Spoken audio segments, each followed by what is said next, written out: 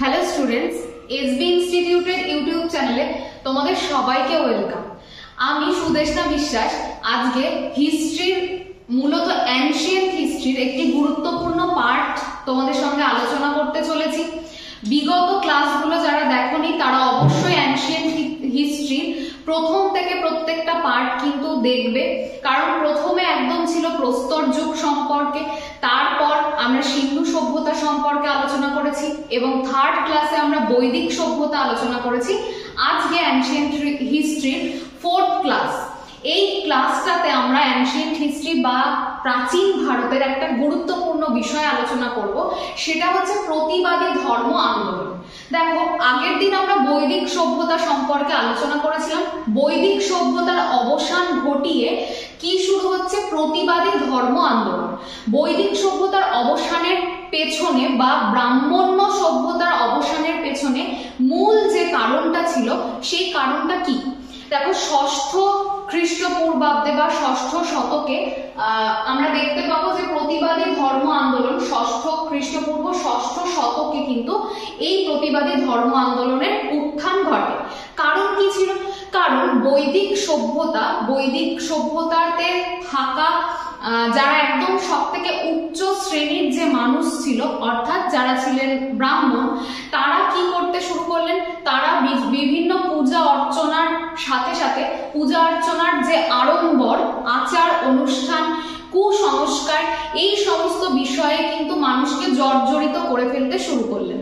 যখনই অতিরিক্ত আচার অনুষ্ঠান এবং অতিরিক্ত যাগযজ্ঞের নিয়ম কানুন, কুসংস্কার, এগুলো যখন বেশি মাত্রাতে চলতে শুরু করলো, তখন কিন্তু সাধারণ মানুষের পক্ষে এটাকে বা এই সমাজটাকে মেনে নেওয়া সম্ভব হচ্ছিল না।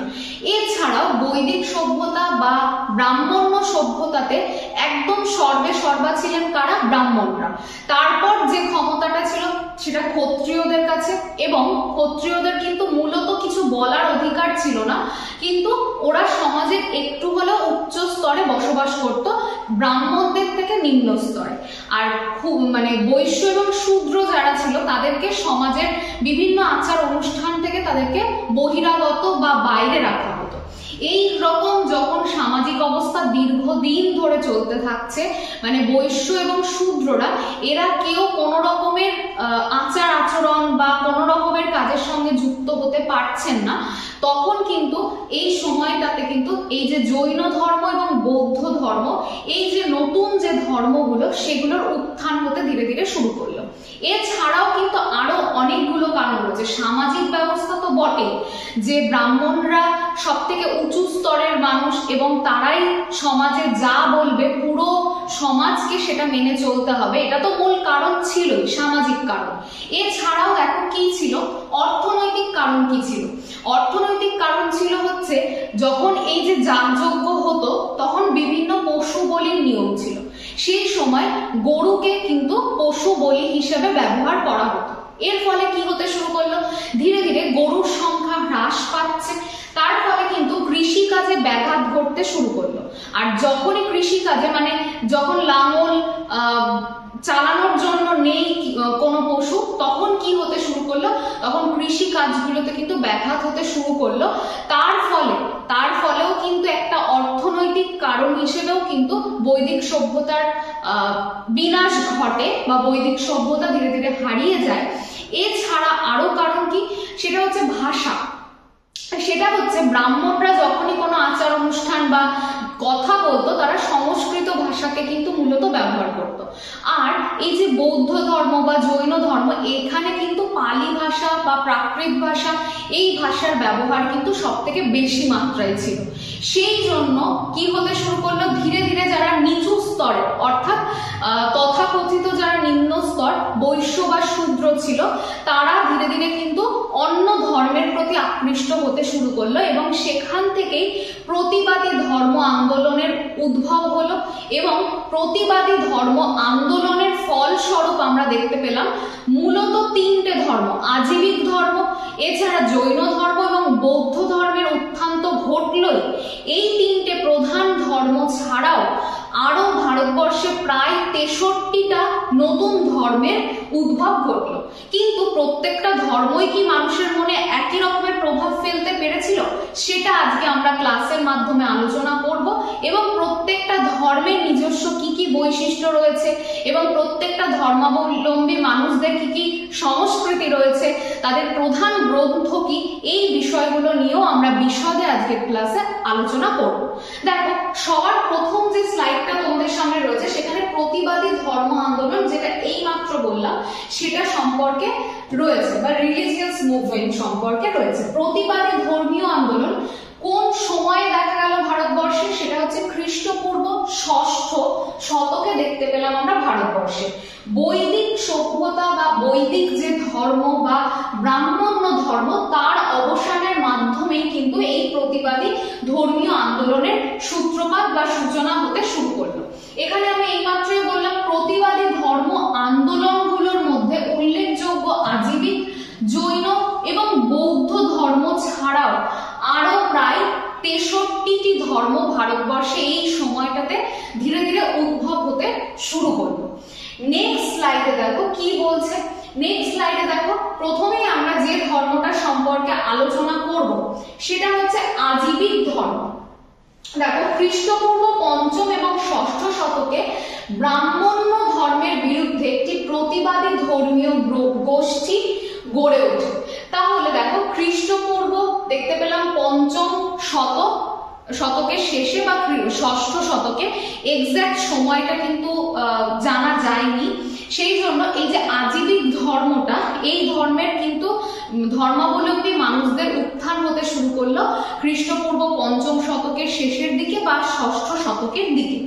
এই সময় প্রথম যে ধর্মীয় গোষ্ঠীটা ভারতবর্ষে ধীরে ধীরে আর কি বেড়ে উঠতে শুরু করলো, সেটাই হচ্ছে আজীবিক ধর্ম।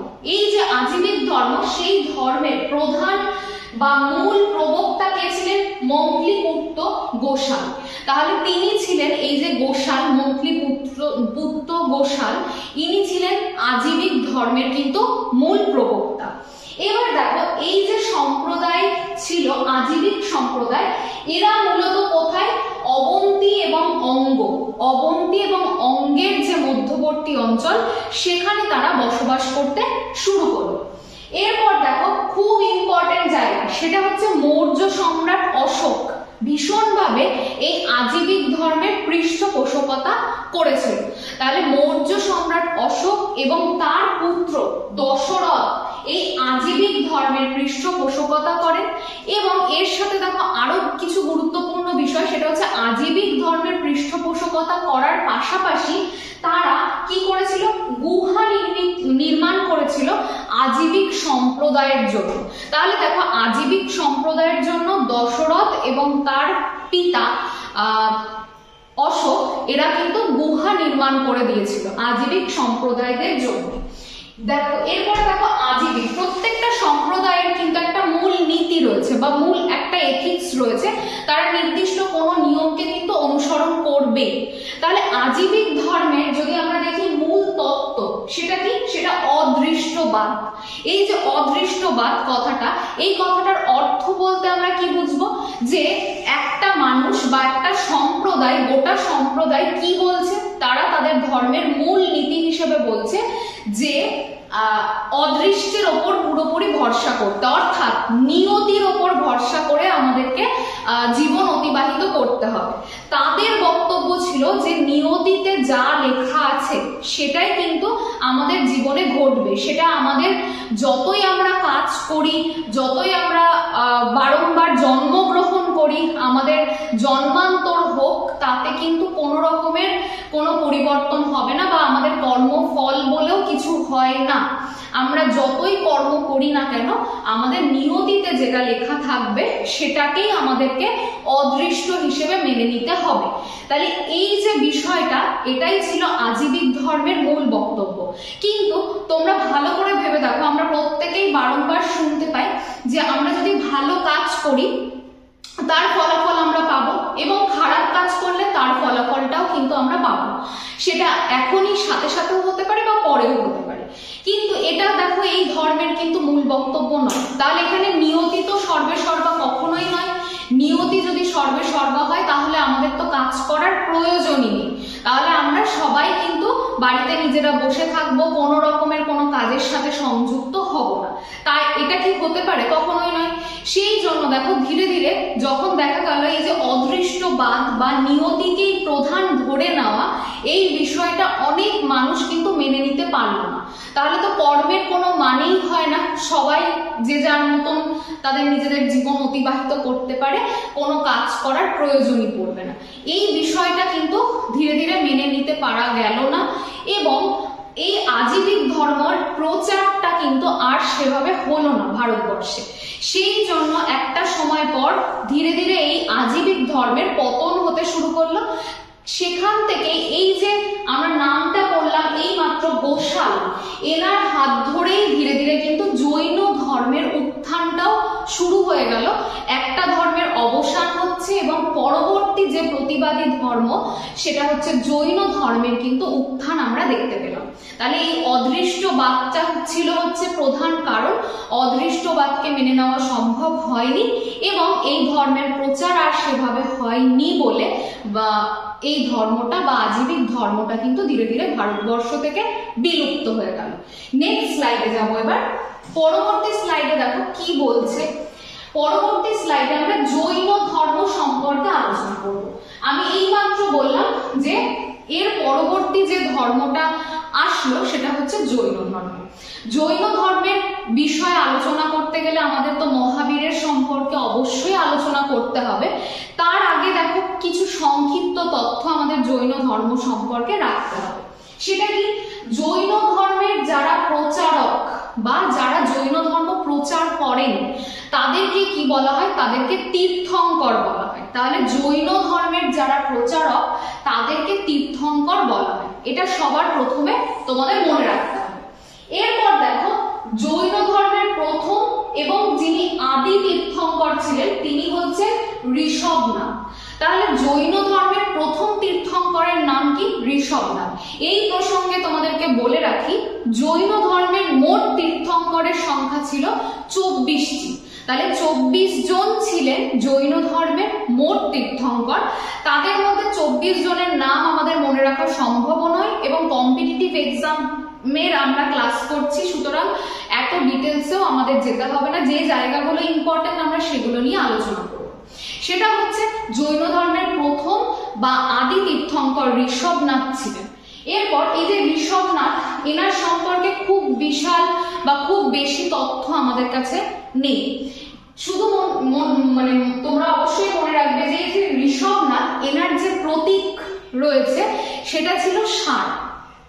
এরপর দেখো কি চলে যাবো আমরা সরাসরি জৈন ধর্মের 23তম তীর্থঙ্কর, যার নামটা আবার একটু গুরুত্বপূর্ণ কারণ জৈন ধর্মের প্রচারের জন্য কিন্তু 23তম তীর্থঙ্করের অবদান অবশ্যই খুবই ছিল। সেখানে দেখো তাহলে জৈন ধর্মের যদি বলা হয় একদম প্রথম তীর্থঙ্কর বা আদি তীর্থঙ্কর যিনি জৈন ধর্মের প্রচার প্রথম শুরু করলেন তিনি ছিলেন ঋষভনাথ। তারপর কবে থেকে এই যে 23তম তীর্থঙ্কর অর্থাৎ পার্শ্বনাথের সময় থেকে জৈন ধর্মের জনপ্রিয়তা ধীরে ধীরে কিন্তু বাড়তে শুরু করলো। এই যে পার্শ্বনাথ, তার যে প্রতীক ছিল সেটা কি ছিল? সাপ ছিল। পার্শ্বনাথের যে প্রতীকটা ছিল সেটা হচ্ছে সাপ। এই যে পার্শ্বনাথ, এনার যে বিষয়টা, এনার জৈন ধর্মের বিষয়ে যে গুরুত্বপূর্ণ কথাটা রয়েছে বা তথ্যটা রয়েছে সেটা হচ্ছে চতুর্যাম। এটা অবশ্যই মনে রাখবে, জৈন ধর্মের একটা গুরুত্বপূর্ণ বা মূল নীতি হচ্ছে চতুর্যাম। তাহলে এই চতুর্যামের প্রবক্তাই ছিলেন কিন্তু পার্শ্বনাথ। তারপর দেখো জৈন ধর্মের সর্বশেষ এবং 24তম তীর্থঙ্কর যার সময়ে জৈন ধর্ম জনপ্রিয়তা লাভ করেছিল সব থেকে বেশি, সেটাই হচ্ছে কিন্তু মহাবীর। তার নাম ছিল বর্ধমান মহাবীর।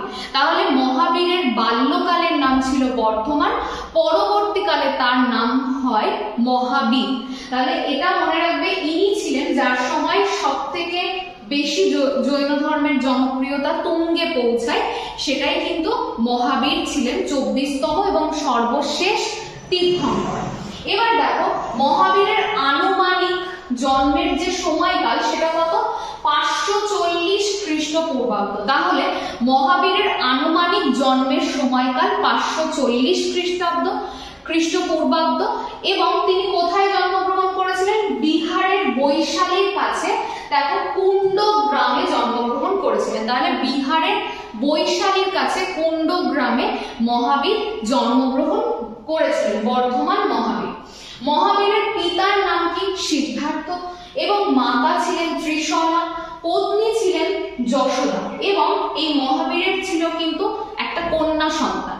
এই কন্যা সন্তানের যার সাথে বিয়ে হয়েছিল সেই জামাতা, তার নাম জামালি, তিনি ছিলেন মহাবীরের, মানে ধারণা করা হয় তিনি ছিলেন মহাবীরের প্রথম শিষ্য।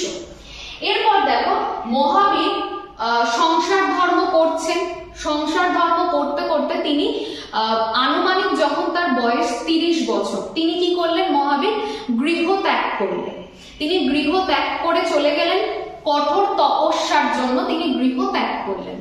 এই যে মহাবীর গৃহ ত্যাগ করলেন এবং তারপর তিনি ঋজুপালিকা নদীর তীরে শাল গাছের নিচে মোক্ষ লাভ করলেন। তাহলে তার যে জ্ঞান বা যে মোক্ষ, এটা তিনি 12 বছর ধরে কঠোর তপস্যার ফলে কিন্তু লাভ করেছিলেন। তাহলে 30 বছর বয়সে তিনি বাড়ি থেকে বা গৃহ থেকে ত্যাগ করে বেরিয়ে গেলেন, এবং তারপরে তিনি 12 বছর কঠোর তপস্যা করলেন, তারপর তিনি মোক্ষ বা জ্ঞান লাভ করলেন। তাহলে ভাবো যে একটা মানুষের জ্ঞান লাভ বা মোক্ষ লাভ কতটা কঠিন হতে পারে এবং তার জন্য কত কঠোর তপস্যার প্রয়োজন হয়, অথচ আমরা দেখো অল্পেতেই অধৈর্য হয়ে ভাবি যে আমাদের দ্বারা আর হবে না, কিন্তু এটা কখনোই ভাবা উচিত নয়।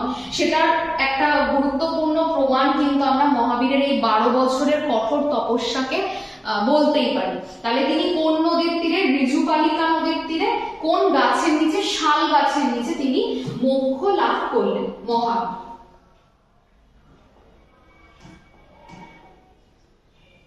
নেক্সট দেখো কি বলছে, এই যে জৈন ধর্ম, সেই জৈন ধর্মের প্রধান যে মূল ভিত্তি সেটা কি? সর্বপ্রাণবাদ, অর্থাৎ পৃথিবীতে অবস্থিত প্রত্যেকটা বস্তুরই প্রাণ রয়েছে, সেটাকেই বলা হচ্ছে জৈন ধর্মের মূল ভিত্তি। প্রত্যেকটা বস্তুর মধ্যে প্রাণের অস্তিত্ব রয়েছে।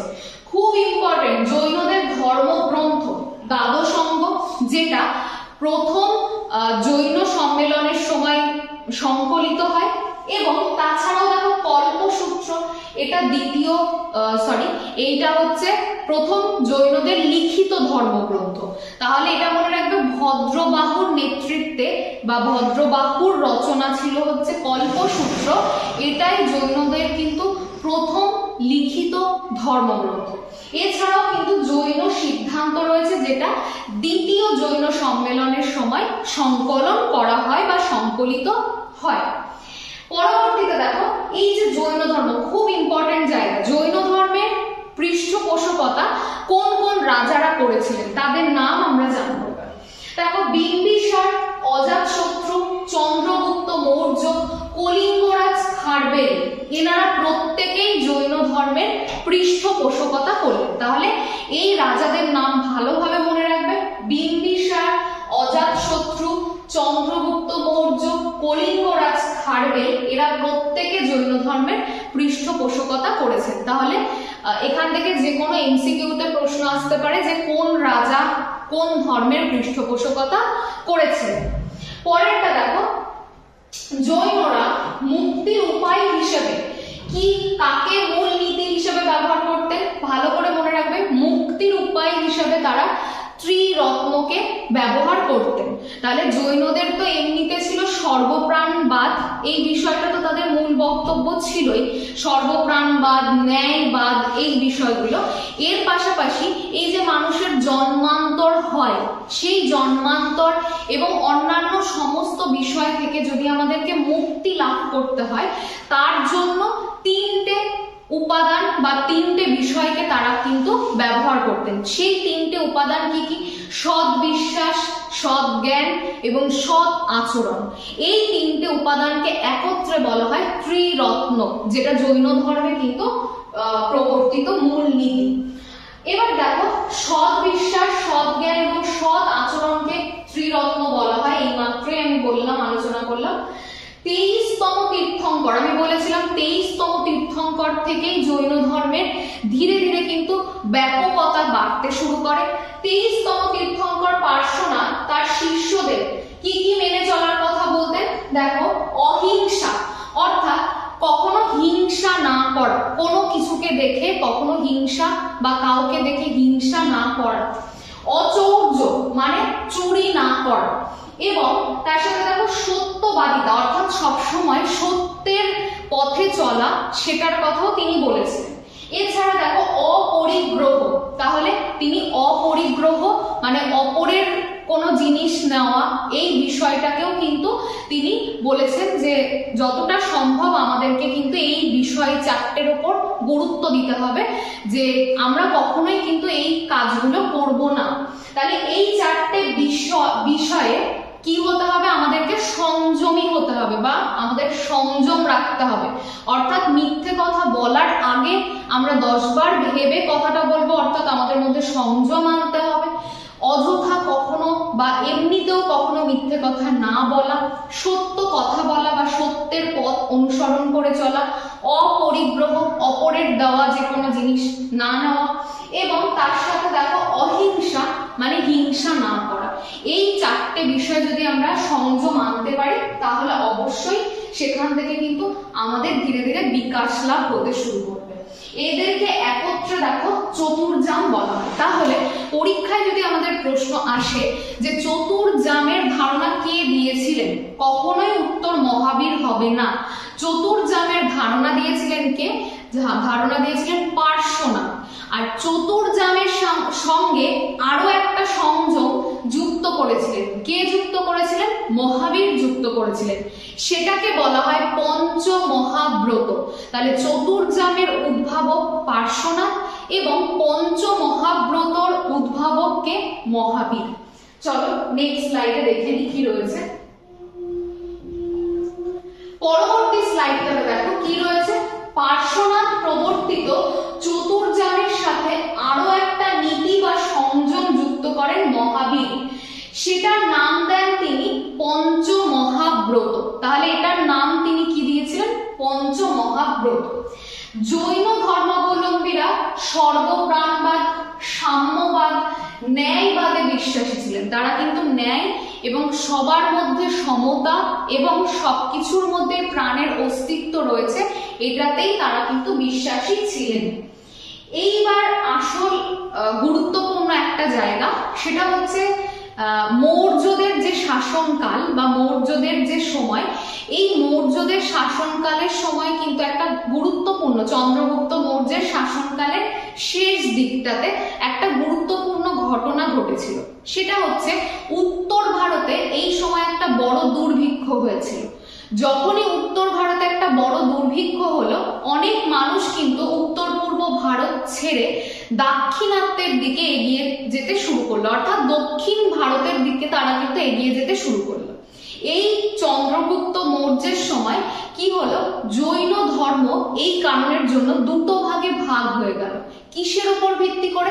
কিছু জৈনরা থাকতো দক্ষিণ ভারত বা দাক্ষিণাত্যে, আর কিছু জৈনরা থাকতো উত্তর ভারতে। এবার দেখো এই যে ভাগটা হয়ে গেল তাদের অঞ্চলের উপর ভিত্তি করে, এদের শুধু অঞ্চলের উপর ভিত্তি করে ভাগ হয়নি, কিন্তু এদের আরো অনেক বৈশিষ্ট্যের দিক থেকেও ভাগ হয়েছিল। সেটা কি? সেটা দেখো, এই যে দুটো সম্প্রদায়ের ভাগ হলো, একটা সম্প্রদায় শ্বেতাম্বর, আরেকটা সম্প্রদায় দিগম্বর নামে আমাদের কাছে পরিচিত। দেখো এবার আমাদেরকে এই শ্বেতাম্বর এবং দিগম্বর সম্পর্কেও একটু ধারণা কিন্তু নিতে হবে। সেটা কি? দেখো স্থূলভদ্রের নেতৃত্বে যে সমস্ত জৈনরা উত্তর ভারতেই থেকে গেল, ওই দুর্ভিক্ষের সময় সেটা সহ্য করে যারা উত্তর ভারতেই থেকে গেল স্থূলভদ্রের নেতৃত্বে, তারা কাকে অনুসরণ করত? তারা 23তম তীর্থঙ্কর পার্শ্বনাথকে অনুসরণ করত। এই যে 23তম তীর্থঙ্কর পার্শ্বনাথকে অনুসরণ করে তারা চলতো এবং তারা সাদা কাপড় পরিধান করত। তাহলে এই যে যারা দেখছো শ্বেতাম্বর, তারা কি ধরনের বস্ত্র? শ্বেত কথার অর্থ সাদা এবং অম্বর শব্দের অর্থ হচ্ছে বস্ত্র। শ্বেতাম্বররা সবসময় সাদা বস্ত্র পরিধান করত এবং এরা অবশ্যই কার নেতৃত্বে, স্থূলভদ্রের নেতৃত্বে উত্তর ভারতেই থেকে গেল। এদেরকে বলা হতো শ্বেতাম্বর। এরা জৈন সন্ন্যাসী বা জৈন ধর্মাবলম্বী, এদের উত্তর ভারতে ছিল বাসস্থান।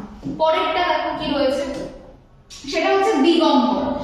দিগম্বরের মধ্যে দেখো কি বলতে চাইছে, যে ভদ্রবাহুর নেতৃত্বে যেসব জৈন সন্ন্যাসীরা দক্ষিণ ভারতে চলে যান তাদেরকে কি বলা হয়, তাদেরকে দিগম্বর বলা হয়। তাহলে কার নেতৃত্বে, ভদ্রবাহুর নেতৃত্বে। আর উত্তর ভারতে যারা ছিল তারা স্থূলভদ্রের নেতৃত্বে ছিল। তাহলে এই যে দিগম্বর, এরা কাকে অনুসরণ করত, এরা মহাবীরকে অনুসরণ করে চলত। তাহলে যারা দক্ষিণ ভারতে ছিল বা দাক্ষিণাত্যে ছিল তারা মহাবীরের দেখানো পথকে অনুসরণ করত, যেটাকে বলা, যারা কি করত, কোনো পোশাক পরিধান করতই না, তাদেরকে দিগম্বর বলা হয়। এরা দাক্ষিণাত্যে বসবাস করত। তাহলে এই দুটো বিষয় ভালো করে মনে রাখবে, যে কারা কোন অঞ্চলে বসবাস করত, কার নেতৃত্বে তারা এখানে যায় এবং কোন তীর্থঙ্করের দেখানো পথকে তারা অনুসরণ করে। পরের পয়েন্টে দেখো কি বলছে। এবার দেখো আমাদের কিন্তু দুটো জৈন সম্মেলন সম্পর্কে পড়তে হবে। তাহলে জৈন সম্মেলনে এমন কিছু গুরুত্বপূর্ণ ঘটনা ঘটেছিল যার জন্য এই সম্মেলনগুলো অনুষ্ঠিত হয়েছিল। প্রথমটাতে দেখো, প্রথম যে জৈন সম্মেলন সেটা 300 বিসিতে। 300 বিসিতে কিন্তু প্রথম জৈন সম্মেলন অনুষ্ঠিত হয়। এটা কোথায় হয়েছিল, পাটলিপুত্রে হয়েছিল। স্থান কার সময়ে হয়েছিল, কোন রাজা, চন্দ্রগুপ্ত মৌর্যের রাজত্বকালে হয়েছিল পাটলিপুত্রতে। তাহলে জানতে পারলাম 300 বিসিতে প্রথম জৈন সম্মেলন হয় এবং এই জৈন সম্মেলন পাটলিপুত্রে হয়, চন্দ্রগুপ্ত মৌর্যের নেতৃত্বে হয়। এবার দেখো গুরুত্বটা কি, সেটা এখানে লেখা নেই, আমি বলছি, তোমরা নোট ডাউন করো। সেটা হচ্ছে প্রথম জৈন সম্মেলনের গুরুত্ব ছিল এই সম্মেলনে যেটা জৈনদের প্রধান বিষয়, অর্থাৎ যেটা জৈনদের প্রধান বলতে পারি আমরা ধর্মগ্রন্থ, সেই ধর্মগ্রন্থ সম্পর্কে এখানে সংকলনের কাজটা হয়েছিল। দেখো এখানে লেখা রয়েছে দ্বাদশ অঙ্গ। আমরা একটু আগেই বললাম জৈনদের যেটা প্রধান ধর্মগ্রন্থ দ্বাদশ অঙ্গ, এই দ্বাদশ অঙ্গের সংকলনের কাজ হয়েছিল প্রথম জৈন সম্মেলনে। তারপর দেখো দ্বিতীয় জৈন সম্মেলন কত সালে হয়েছিল, 500 এডিতে হয়েছিল। কোথায়, বলভিতে হয়েছিল এই অনুষ্ঠানটা। তাহলে এটা দেখো এই জৈন সম্মেলনের মূল কাজ কি ছিল, এখানেও কিন্তু জৈন সিদ্ধান্ত নামে একটা ধর্মগ্রন্থ, সেটা সংকলনের কাজ কিন্তু হয় এই জৈন সম্মেলনের মাধ্যমে। তাহলে প্রথম জৈন সম্মেলনে দ্বাদশ অঙ্গের সংকলনের কাজ হয়, আর দ্বিতীয় জৈন সম্মেলনে জৈন সিদ্ধান্তের সংকলনের কাজ হয়। এবার দেখো কি মনে রাখতে হবে, সেটা হচ্ছে দ্বাদশ অঙ্গটা কি। দ্বাদশ অঙ্গ মানে এখানে জৈনদের 12টা উপাদান লিখিত অবস্থায় রয়েছে, সেগুলোকে এক একটাকে অঙ্গ বলা হয়। আর এই যে উপাদানগুলো মোট 12টা ছিল সংখ্যায়, সেখান থেকে দ্বাদশ কথাটা যুক্ত হয়েছে, তাহলে এটাকে বলা হচ্ছে দ্বাদশ অঙ্গ।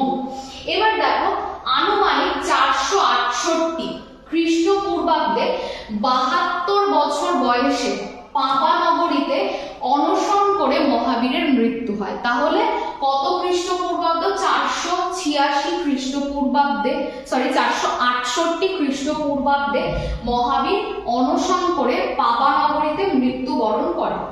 এবার দেখো জৈনদের যে বিভিন্ন রকমের ধর্ম, তার তো কিছু নিদর্শন থাকবে, স্থাপত্য থাকবে, সেগুলো আমরা কিভাবে দেখতে পাবো।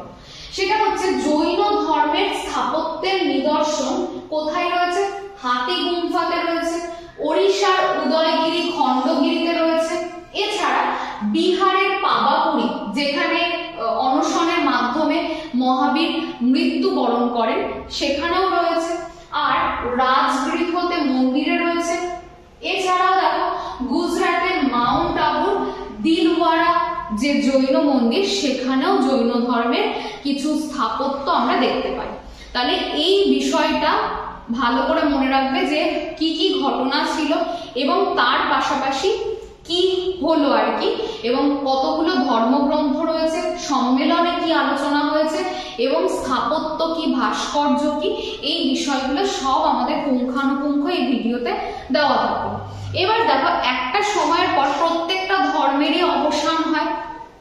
তাহলে জৈন ধর্ম কিন্তু ধীরে ধীরে ভারতবর্ষ থেকে বিলুপ্ত হয়ে গেল। কেন?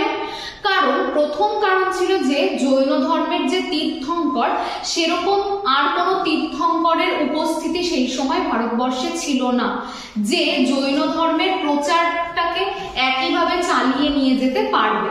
তাহলে সেই কারণে দেখো, মহাবীর যখনই মারা গেলেন অমনি জৈন ধর্মের কি হতে শুরু করলো, জৈন ধর্মটাও ধীরে ধীরে কিন্তু আস্তে আস্তে ভারতবর্ষ থেকে বিলুপ্ত হতে শুরু করলো।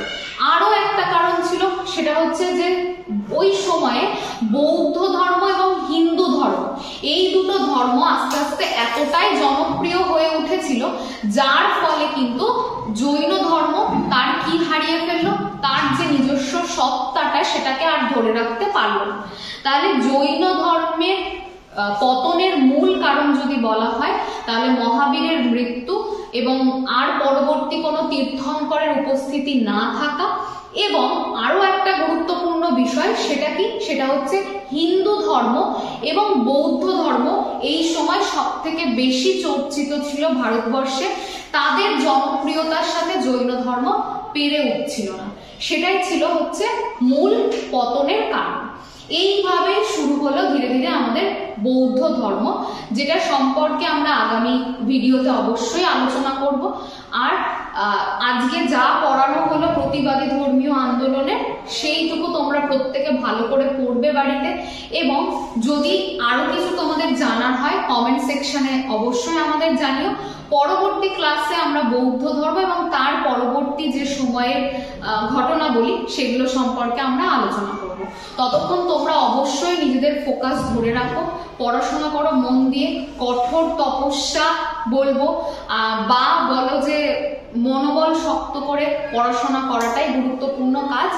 এই কথা বলে আজকের ভিডিওটি আমি শেষ করব। সবাই খুব ভালো থেকো, সবাই সুস্থ থেকো এবং পড়াশোনা করো। সবাইকে ধন্যবাদ এতক্ষণ ভিডিওটি দেখার জন্য। এই ছাড়াও আরো একটা কথা, সেটা যারা প্রথমবার ভিডিও দেখছো তারা অবশ্যই এসবি ইনস্টিটিউটের ইউটিউব চ্যানেলটিকে সাবস্ক্রাইব করো, আর প্রচুর প্রচুর শেয়ার করো। যারা ভিডিও দেখছো তারা প্রত্যেকে একটু শেয়ার করো ভিডিওগুলো, তাহলে আমরা খুব উপকৃত হব। আর তার সাথে ভিডিওর কন্টেন্ট এবং ভিডিওটা যদি সত্যিই ভালো লাগে তোমরা অবশ্যই লাইক করবে ভিডিও শেষে। সবাইকে ধন্যবাদ ভিডিওটি দেখার জন্য।